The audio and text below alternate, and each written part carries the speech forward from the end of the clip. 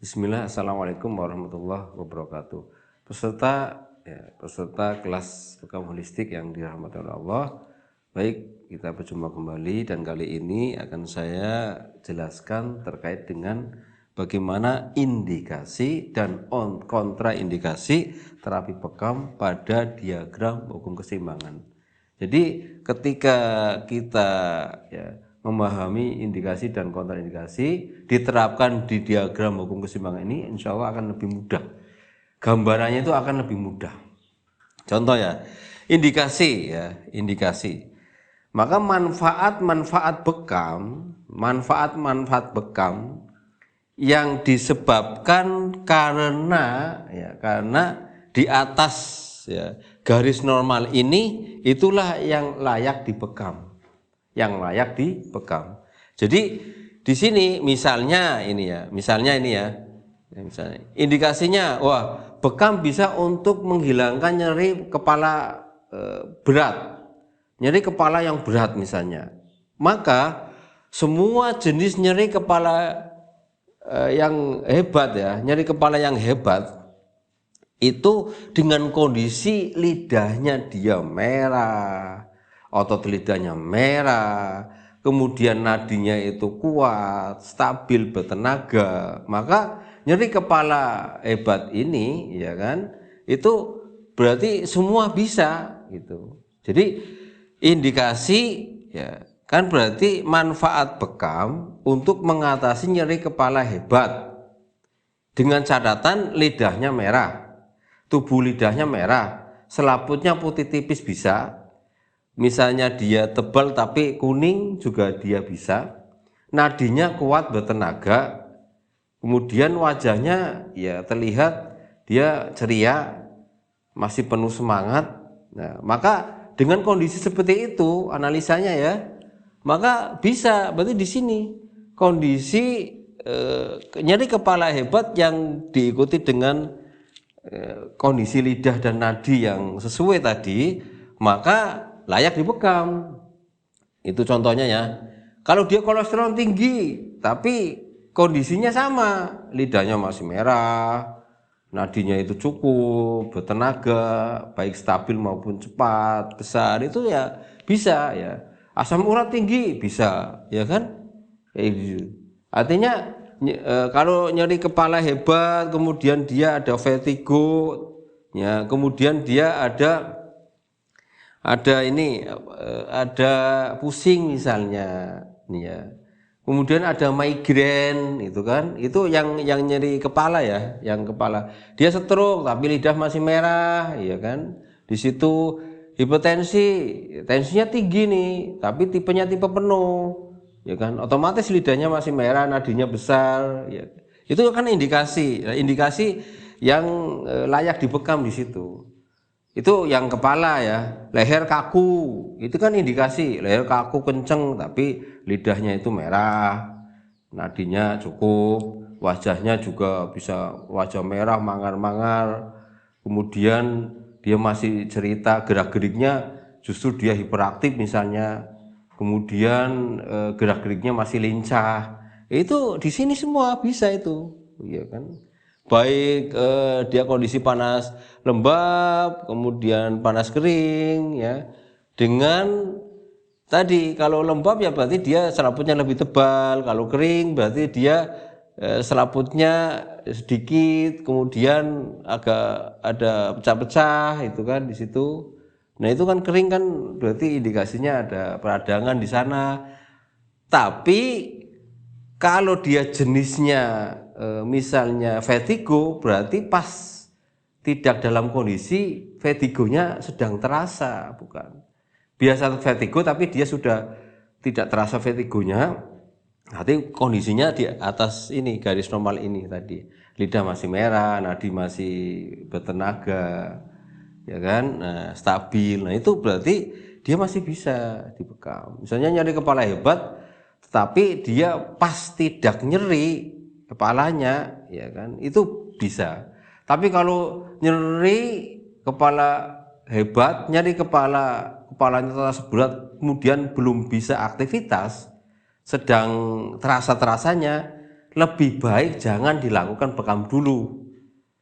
Kalau sudah mereda baru dilakukan bekam, karena untuk menghindari kontraindikasinya. Jadi kalau overnya terlalu, ya ini kan ada kontraindikasi. Dia tipenya kuat, tetapi pas lagi nanjak-nanjaknya kayak hipertensi maligna, itu kan di atas 210.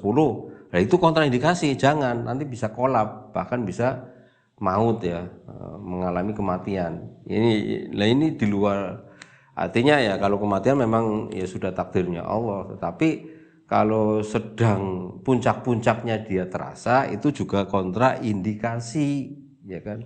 Maka yang indikasi ini adalah semua jenis penyakit yang dirasa dari ujung rambut sampai ke ujung kaki, semua yang dirasa tetapi kondisinya memungkinkan, dengan ciri-ciri lidahnya itu tetap dia otot lidahnya merah seger, gerak-geriknya lincah, memungkinkan, wajahnya masih ceria, suaranya masih lantang, jelas, itu nadinya juga entakannya dia masih kondisi stabil, bertenaga. Nah itu semua kondisi, ya kan, semua kondisi keluhan dari ujung rambut sampai ke ujung kaki itu berarti dia layak dibekam. Kebalikannya, kontraindikasi, berarti semua jenis keluhan apapun dari ujung rambut sampai ujung kaki, ketika lidahnya pucat, selaputnya tebal dan putih pucat, berarti masih lokasi di sini. Kemudian dia sudah nipis, defisien, jenis kering, tetapi di bawah batas normal ini sudah tipis, pucat. Kalau gerak-gerik ya loyo, lemah, makan ndak doyan, rasanya tawar, ndak enak, gitu. Kemudian wajahnya juga wajah layu. Nah ini semua jenis yang dia dirasakan kok kondisinya demikian, berarti termasuk kontraindikasi. Jadi gambaran adalah sangat mudah. Apapun namanya penyakit, kalau kondisinya memungkinkan dengan lidah dan nadi tadi, dengan wajah yang bisa kita lihat amati, gerak-gerik yang memang memungkinkan dibekam, maka bekam.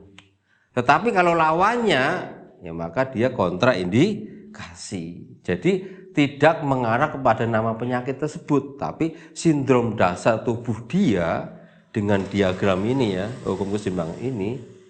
Nah, itu yang poin, ini layak dibekam maupun ini tidak layak dibekam.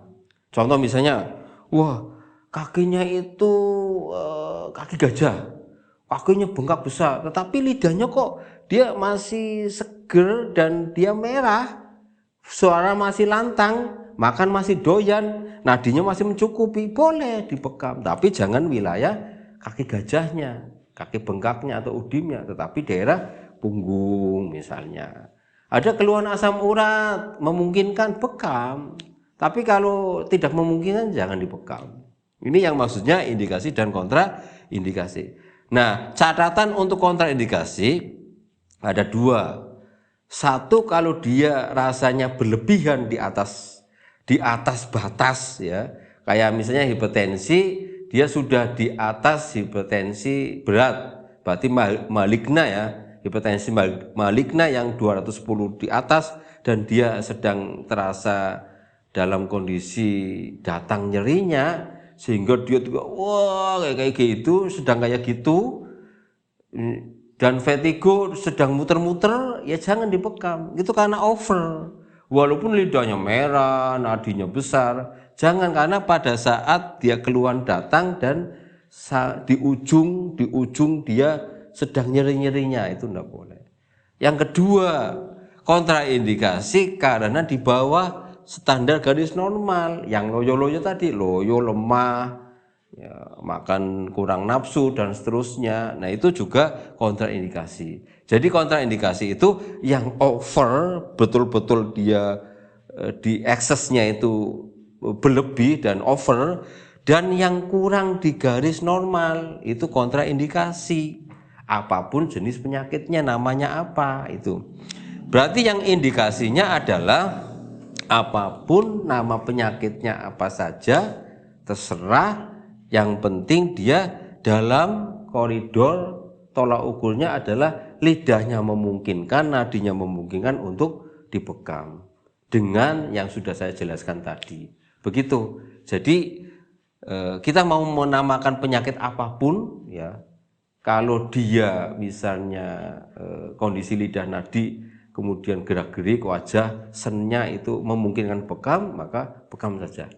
Misalnya kayak hipertensi tipe penuh, nadinya kuat, lidahnya merah, kemudian dia lincah, bekam.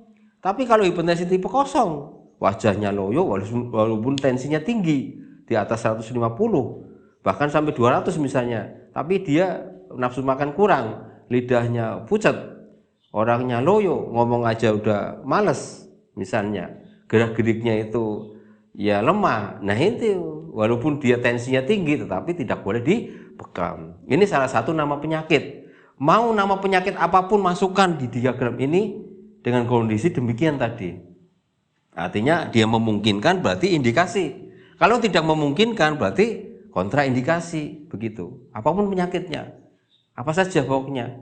Kalau pinggang pegel tapi lidahnya merah, nadinya bagus, suaranya masih lantang jelas, energinya cukup, itu menandakan energinya cukup, boleh dibekam. Tapi kalau dia loyo, lemah, wajahnya layu, pinggangnya nyeri, kontraindikasi. Mudah kan insya Allah. Itu gambaran yang sangat mudah. Indikasi, kontraindikasi, terapi bekam pada diagram hukum keseimbangan. Insya Allah. Itu hanya salah satu contoh nama-nama penyakit saja. Nggak usah disebutkan karena itu nama penyakit kan banyak banget. Yang penting sindrom dasarnya secara internal klien atau pasiennya itu pakai kaidah ini, insya Allah. Layak dan tidak layak dibekam bukan namanya, tetapi kondisi karakter dasar tubuhnya itu, insya Allah. Ya, insya Allah demikian, kurang lebihnya mohon maaf, mudah-mudahan bermanfaat dan menjadikan keilmuan pada diri kita, kapan ini dibekam, kapan ini tidak, dan tidak terpaku pada nama penyakitnya, tetapi lebih melihat sindrom dasar internalnya yang dia alami. Maka kesimpulannya layak dan tidak layak dibekam itu adalah poinnya di situ. Itulah konsep bekam holistik. Demikian, insya Allah mudah-mudahan lebih jelas lagi dan bisa dipahami. Ya, kurang lebihnya mohon maaf. Assalamualaikum warahmatullahi wabarakatuh.